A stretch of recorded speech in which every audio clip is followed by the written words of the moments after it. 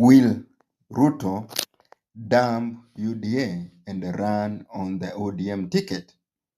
The shocking strategy to inherit Raila's base.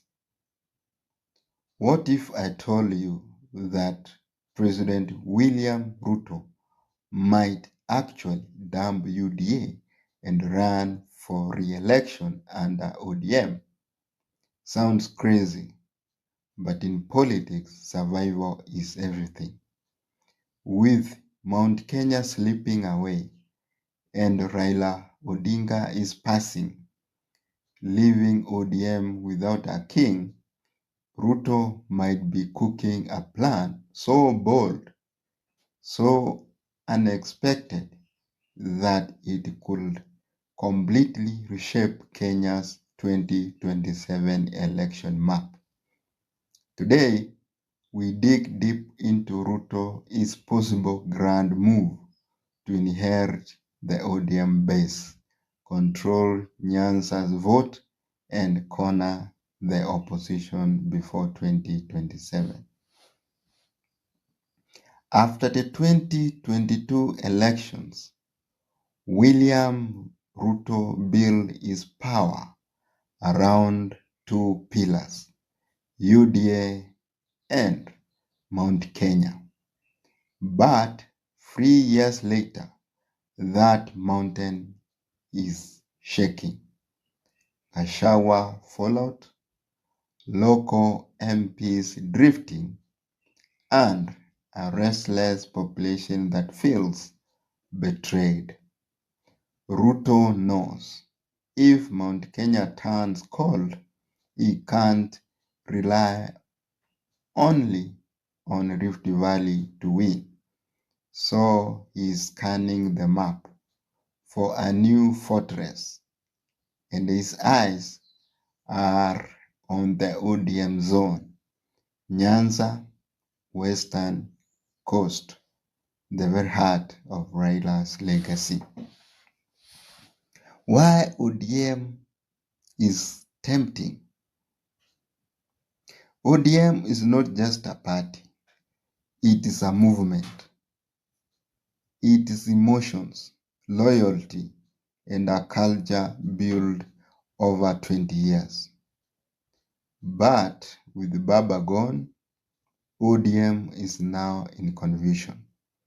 Kalonzo, Martha Karua, Matiang'i, and even Natembeya are fighting for relevancy. Ruto sees this, and he knows that power abhors a vacuum. If he can step in, offer ODM leaders power, money, and development, he could capture the heart of the Orange Empire before anyone else reorganizes it. And here is the truth.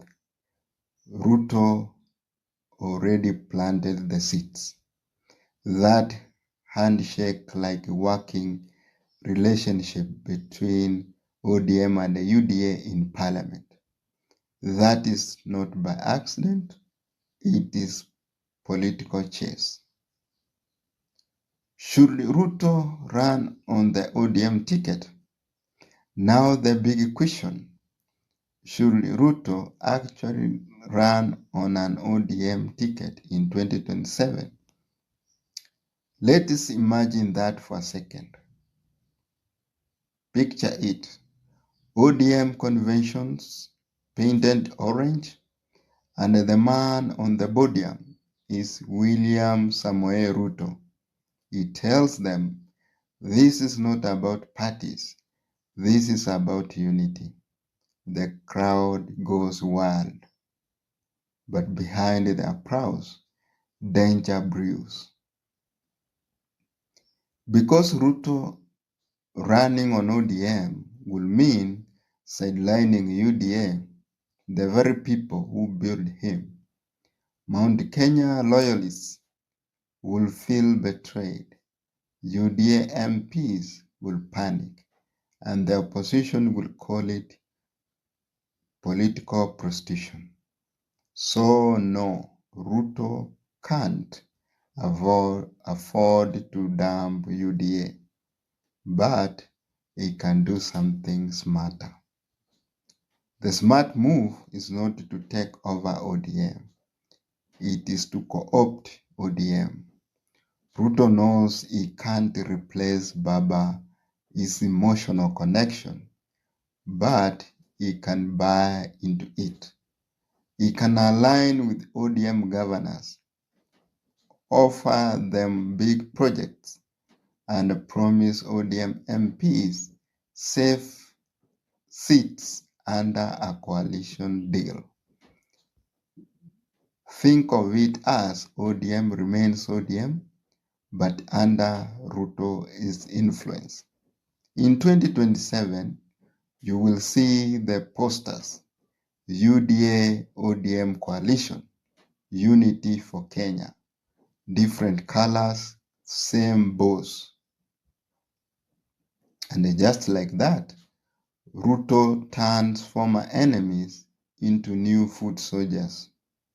He may even pick an ODM insider, say a governor from Nyanza or Coast, as his running mate, to show commitment to the orange zone.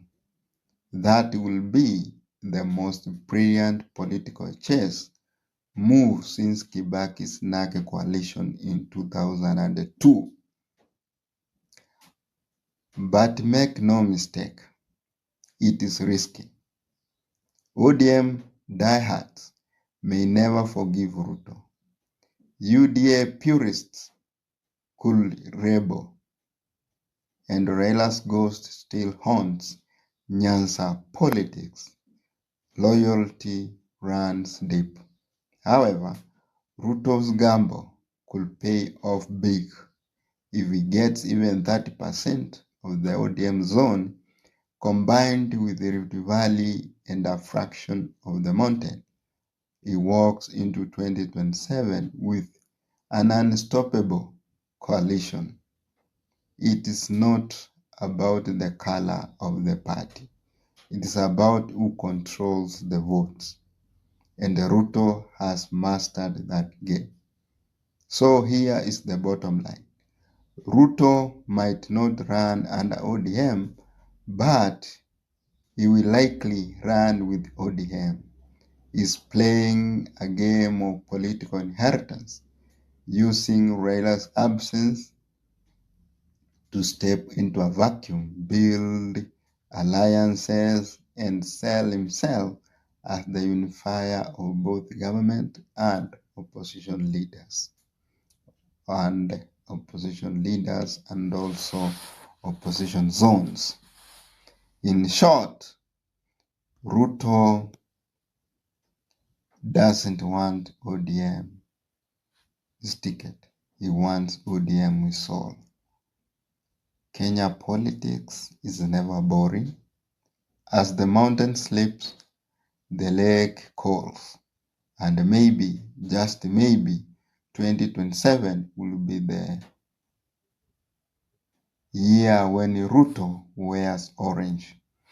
If you think Ruto will manage to capture the ODM zone, drop your comments below and tell me, is it genius or political suicide?